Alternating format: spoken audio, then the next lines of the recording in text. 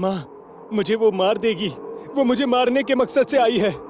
वो मुझसे बदला लेने आई है। माँ, माँ मुझे बचा ले, मुझे बचा ले।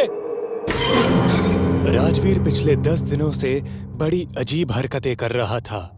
वो अक्सर किसी लड़की के बारे में बोलता कि वो उसे मारने के लिए आई है। उसका परिवार भी राजवीर के व्यवहार से बहुत परेशान था।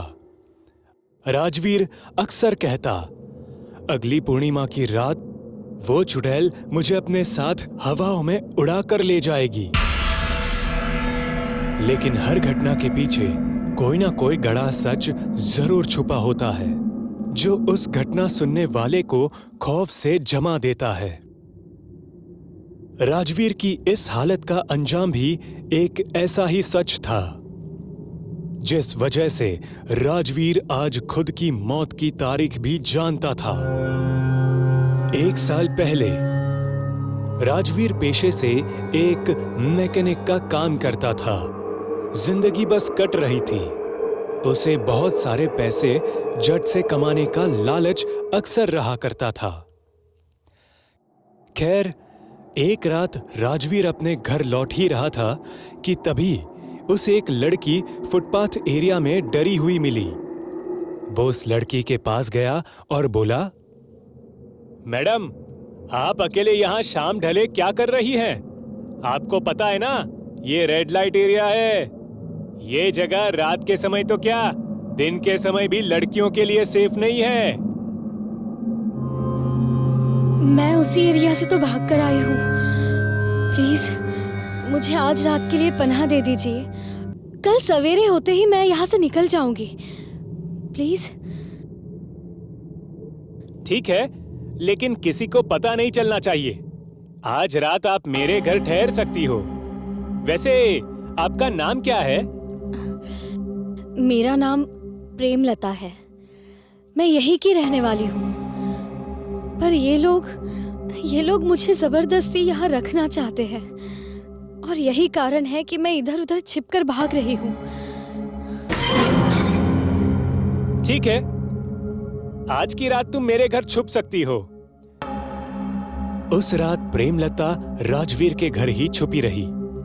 अगली सुबह जब राजवीर उठा तो प्रेमलता की जुल्फों को लहराते देख वो उस पर मोहित हो गया। रात के अंधेरे में उसे प्रेमलता की खूबसूरती पूरी तरह से नहीं दिखी थी। राजवीर मन ही मन प्रेमलता को पसंद करने लगा था। उसने बिना वक्त गवाए प्रेमलता को उसी वक्त अपने मन की बात जाहिर कर दी।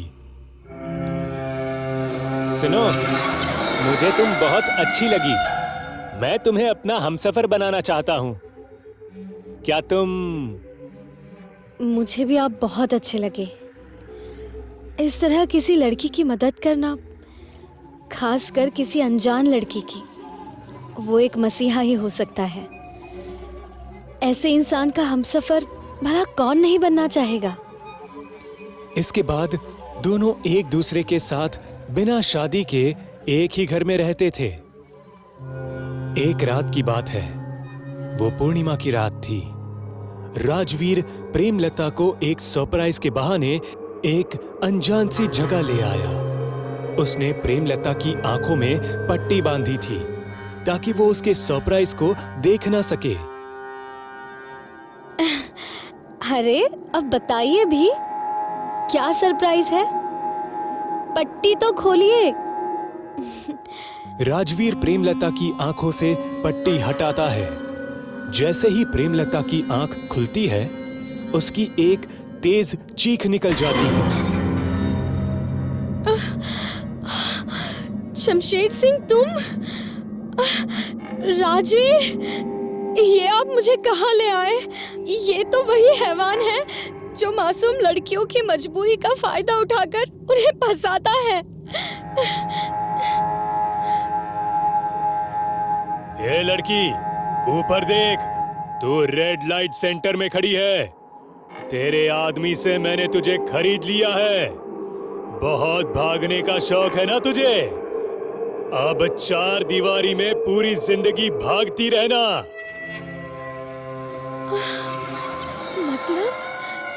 मतलब ये सब आपने किया? तुम तो इस हैवान से भी निकम्मे निकले। तुम्हें नर्क भी नसीब नहीं होगा, कभी नहीं।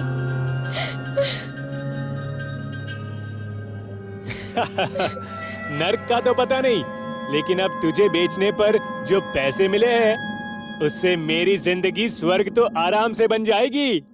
तुझे क्या लगा मैं तुझसे प्यार कर बैठा? अरे पगली, जिस रात तू भागी उसी रात इन लोगों से मेरा सौदा हो गया था। तुझ पर जबरदस्ती करता तो पुलिस मुझे अंदर कर देती, लेकिन अब तो सबको यही लगेगा कि तू यहाँ अपनी मर्जी से आई है और हर रात तेरे जिस्म की बोली लगेगी। कमीने, मैं तुझे जान से मार दूंगी। याद रखना, बहुत जल्द रात भी यही होगी और नजारा भी यही होगा। तुझे पागल करके तेरी रूह को तेरे जिस्म से नोच कर अपने साथ ले जाऊंगी। जितना दर्द मुझे होगा उससे कई गुना ज्यादा दर्द के साथ तू मरेगा। जिंदा होकर भी मुर्दों की जिंदगी जिएगा तू। खैर, इसके बाद ये किस्सा यहीं समाप्त हो गया। प्रेमलता को जबरदस्ती रेड लाइट एरिया में सेक्स स्लेव के तौर पर मजबूर किया गया। लेकिन ठीक 6 महीने बाद अचानक एक खबर आई कि प्रेमलता ने पंखे से लटक कर खुदकुशी कर ली है। इसके ठीक 2 दिन बाद ही एक और खबर आई कि शमशेर सिंह की भी सड़क दुर्घटना में मौत हो गई। सबसे बड़ा गुनहगार तो अभी भी जिंदा था, राजवीर। आज 6 महीने बाद प्रेमलता की रूह राजवीर की तलाश में आई है और अब दुनिया का कोई भी अघोरी, तांत्रिक, पंडित उसे नहीं बचा सकता था। इंतजार था तो बस पूर्णिमा की रात का, और जैसे ही पूर्णिमा का दिन आया, राजवीर की तबीयत बिगड़ने लगी। उसकी चीखें इतनी दर्दनाक थी जैसे उसे गर्म तवे पर लगातार सेका जा रहा हो। उसे हर 10 मिनट पर दौरे पड़ते और आखिरकार रात के 1 बजे के करीब वो चुड़ैल राजवीर के कमरे में दाखिल हुई। उसकी भयानक शक्ल देख राजवीर चिल्लाने लगा, लेकिन उसकी आवाज उस कमरे तक ही सीमित रह सकती थी। मुझे माफ कर दो, प्लीज मुझे छोड़ दो। मैंने तुम्हारे साथ गलत किया, लेकिन मैं वादा करता हूँ कि मैं ऐसा कभी किसी और के साथ कभी नहीं करूंगा। कैसे छोड़ दूं? याद है ना वो पूर्णिमा की रात जब तूने मेरा उस हैवान के साथ सौदा किया था? मैंने तुझे उस रात चेतावनी दी थी, लेकिन तूने मेरी चेतावनी को एकदम नजरअंदाज कर दिया। और आज मैं तेरी माफी को नजरअंदाज करूंगी।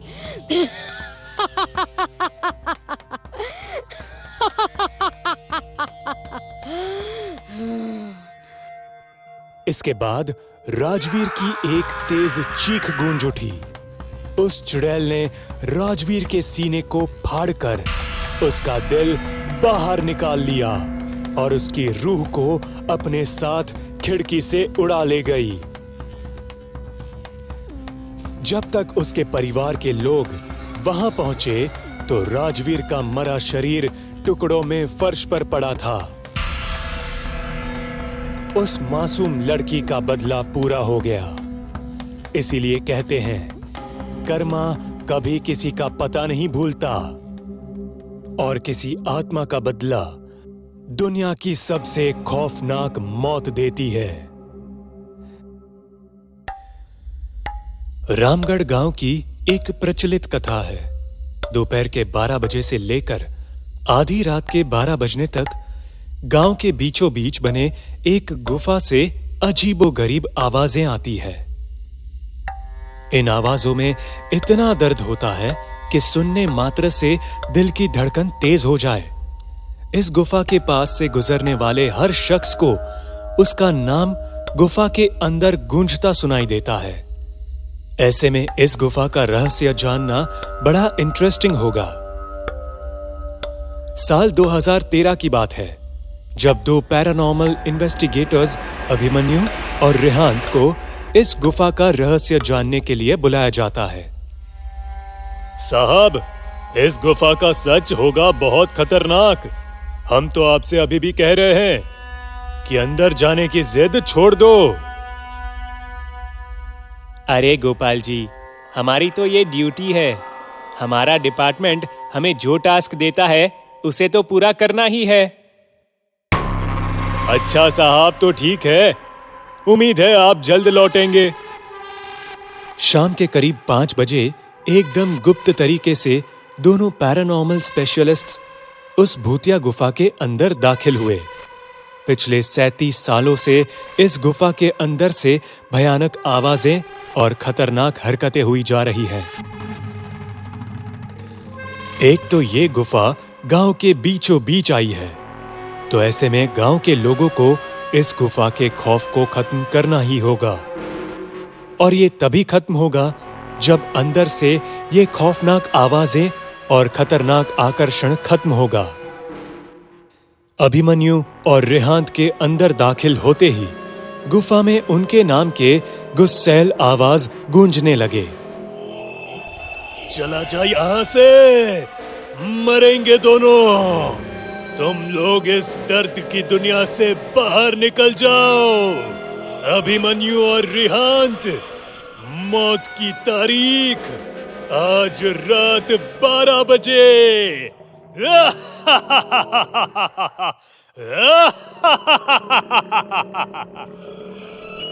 यार अभिमन्यु, ये गुफा कितनी अजीब है।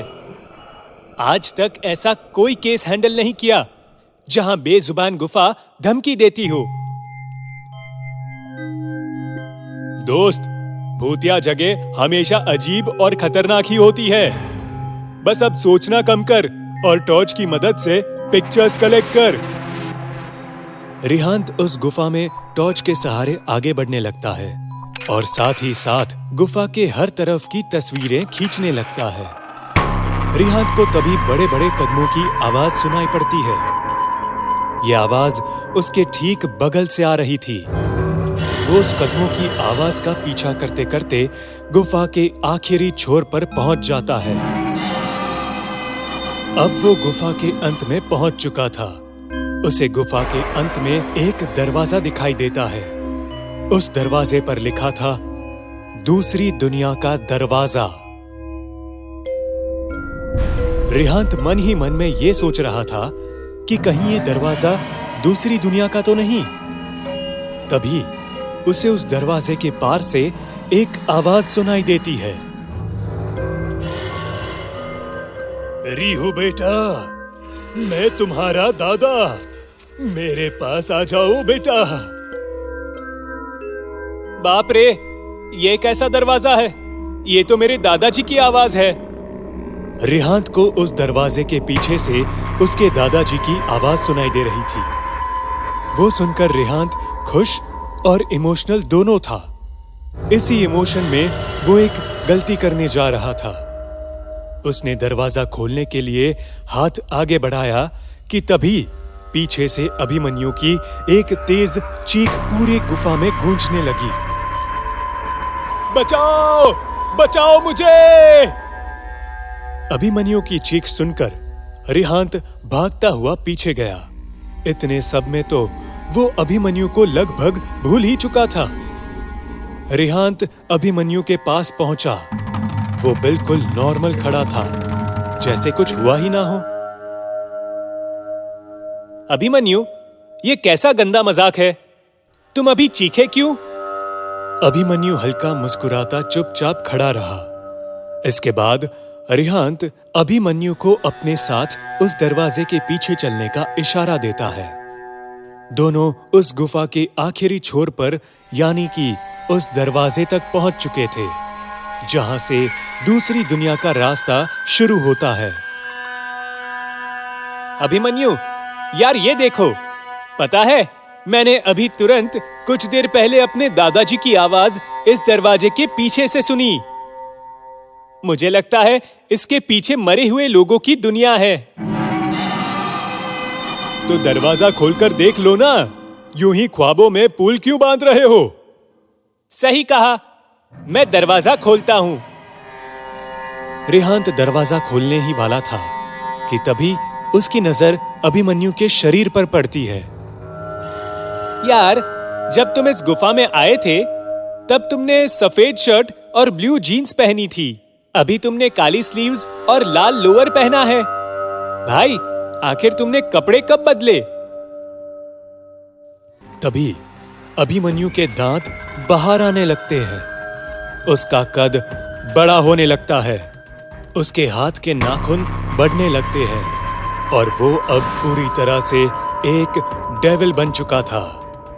वो डरावनी हंसी के साथ एक भारी आवाज में कहता है, तेरे अभिमन्यु को तो मैंने 10 मिनट पहले ही इस दरवाजे के पार भेज दिया, जब तूने उसकी चीख सुनी थी।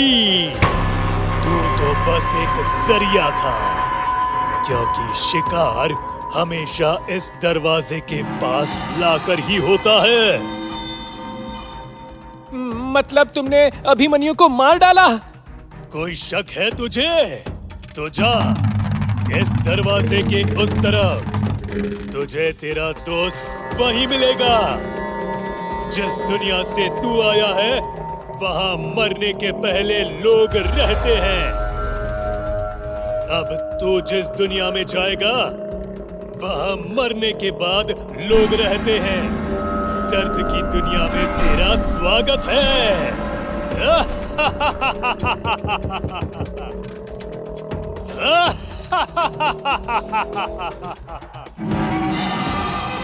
इसके बाद रेहांत भागने की कोशिश कर रहा था, लेकिन सामने वो राक्षस खड़ा था।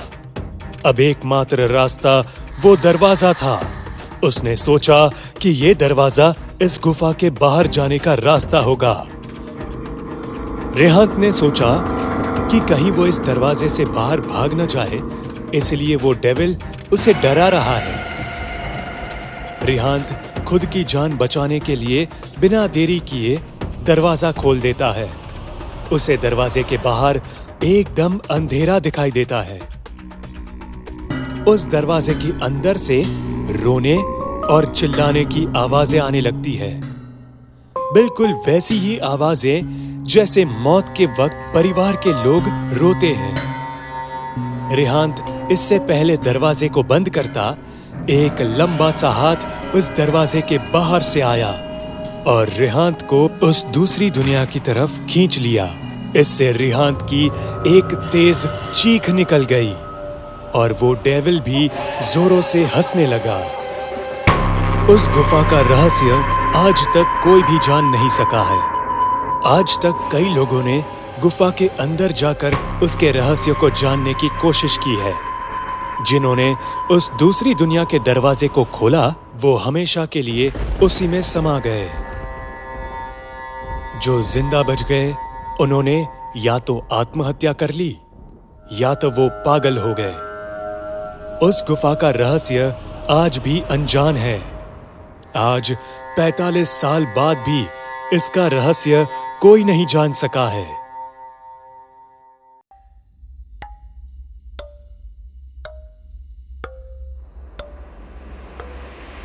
रात के 12 बजे पायल और दानिश अपने एक इवेंट से घर लौट रहे थे। उन्होंने शॉर्टकट के लिए एक बस्ती चुनी थी जो उनकी 30 किलोमीटर तक की ड्राइव बचा सकता था। यार दानिश, हमें हाईवे से ही निकलना चाहिए था। ये गांव का कच्चा रास्ता न जाने मुझे बहुत हॉन्टेड वाइब्स दे रहा है यार। वाह मैडम, मतलब रात हुई नहीं कि आपको भूत दिखना चालू हो गया। देखो, ये कच्चा रोड 2-4 किलोमीटर में तो खत्म हो जाएगा। फिर बस एक टर्न और हम सीधा होटल पहुंच जाएंगे। दानिश और पायल दोनों ही कार में बैठे एक दूसरे से बातें कर रहे थे और दानिश भी गाड़ी को गांव के उस बस्ती वाले कच्ची सड़क पर दौड़ाए जा रहा था। दानिश, तुम्हें क्या हमारी गाड़ी के अलावा कोई भी दूसरी गाड़ी दिखाई दे रही है? नहीं ना? तो तेज चलो, कहीं कोई खौफनाक मंजर हमारी मौत का फरमान लिए इंतजार न कर रहा हो। चलो जल्दी। यार, तुम डरा रही हो या बात कर रही हो? इससे अच्छा तुम सो ही जाओ। कुछ दूरी का फासला तय हुआ होगा कि तभी दानिश की नजर उसके गाड़ी के रेयर व्यू मिरर पर पड़ती है, जिसे देखकर उसका खून जम गया। दानिश ने अपने गाड़ी के शीशे में देखा एक इंसान बिना सिर वाला उसकी गाड़ी के पीछे पीछे दौड़ रहा था और उसके हाथ में एक तेज धार वाली कुल्हाड़ी भी है। इसे देखने के बाद दानिश ने एक्सेलरेटर को बहुत तेज किया। वो डरा तो बहुत था, लेकिन उसने डर को बिल्कुल भी जाहिर नहीं किया, क्योंकि उसके बगल में बैठी पायल अगर पीछे का नजारा देख लेती तो डर से ही मर जाती। अरे दानिश, तुमने कोई भूत देख लिया क्या? इतनी तेज गाड़ी क्यों चला रहे हो? दानिश अभी भी गाड़ी के शीशे में उस सिर कटे इंसान को भागता देख रहा था। वो पसीने से तरबतर होने लगा। तभी अचानक से वो पीछे भागता शख्स एकदम से गायब हो गया। दानिश के जान में जान आई, लेकिन तभी गाड़ी की छत पर जोर से कुछ आकर गिरा। दानिश ने न जाने क्यों, लेकिन फौरन एक जोरदार ब्रेक मारी और इसके साथ ही छत पर कूदा वो सिरकटा इंसान सीधा गाड़ी के सामने जा गिरा। उस डरावने इंसान को देखने के बाद पायल की एक भयानक चीख निकल गई, और भला निकलती भी क्यों ना, वो शख्स इतना डरावना जो लग रहा था। उसके धड़ से सिर अलग था और उसका कद भी 6 फुट का था। उसके हाथ में एक धारदार हथियार था, जिसे वो अंधाधुंध चलाए जा रहा था। आसपास का पूरा माहौल एकदम घूफ अंधेरे और शांत माहौल में खोया था।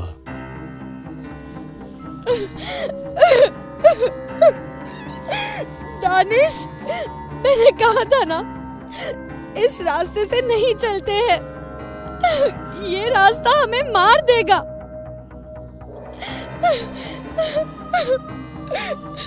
पायल, शांत हो जाओ और चुपचाप बैठी रहो। इसके बाद वो सिर कटा इंसान धीरे धीरे गाड़ी के करीब आने लगता है और अंधाधुन अपनी कुल्हाड़ी चलाए जा रहा था। उससे कुछ भी दिखाई नहीं दे सकता था। इसी वजह से वो कुल्हाड़ी को कभी गाड़ी के बोनेट पर मारता तो कभी गाड़ी की हेडलाइट पर। लेकिन उसका असल मकसद था उन दोनों का सिर, जो गाड़ी में एकदम सांस रोककर बैठे थे।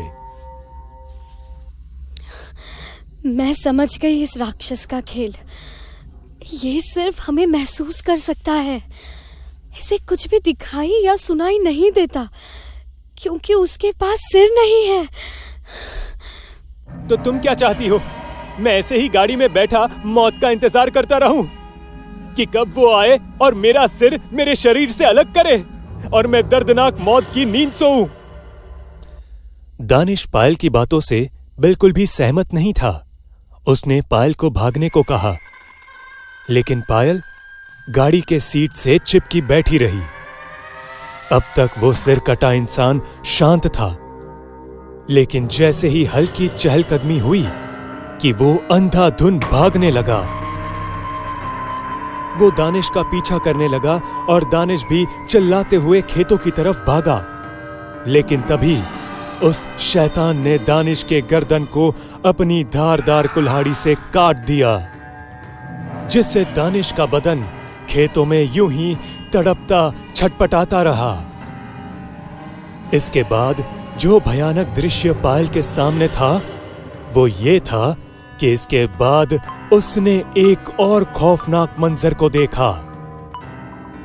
उसने देखा कि वो शैतान सूंघते हुए दानिश के कटे सिर के पास पहुंचे और उस सिर को उसने अपने गर्दन की जगह लगा दिया। बाप रे, ये तो बहुत बेरहम हैवान है। मुझे जल्दी निकलना होगा। इससे पहले वह शैतान पायल की तरफ आ पाता, पायल ने गाड़ी रिवर्स ली और उस कर्स्ड रोड और उस सिर कटे इंसान की दहशत से बच निकली। पायल एक खुशनसीब लड़की थी जो उस रात मौत के मुंह के एकदम करीब से जान बचाकर बच निकली। वो सिर कटा इंसान पिछले 15 साल से उसी श्रापित बस्ती में घूमता है और जिस किसी की भी उसे बू लग जाती है उसका भी वो सिर धड़ से अलग करके उसे भी सिर कटा इंसान बना देता है। वाकई जिंदगी में उस मंजर को देखना कितना खौफनाक होता होगा जब आप किसी ऐसे इंसान को देखे जिसका सर कटा हो और भूतिया भाषा में उसे सिर कटा इंसान कहते हो।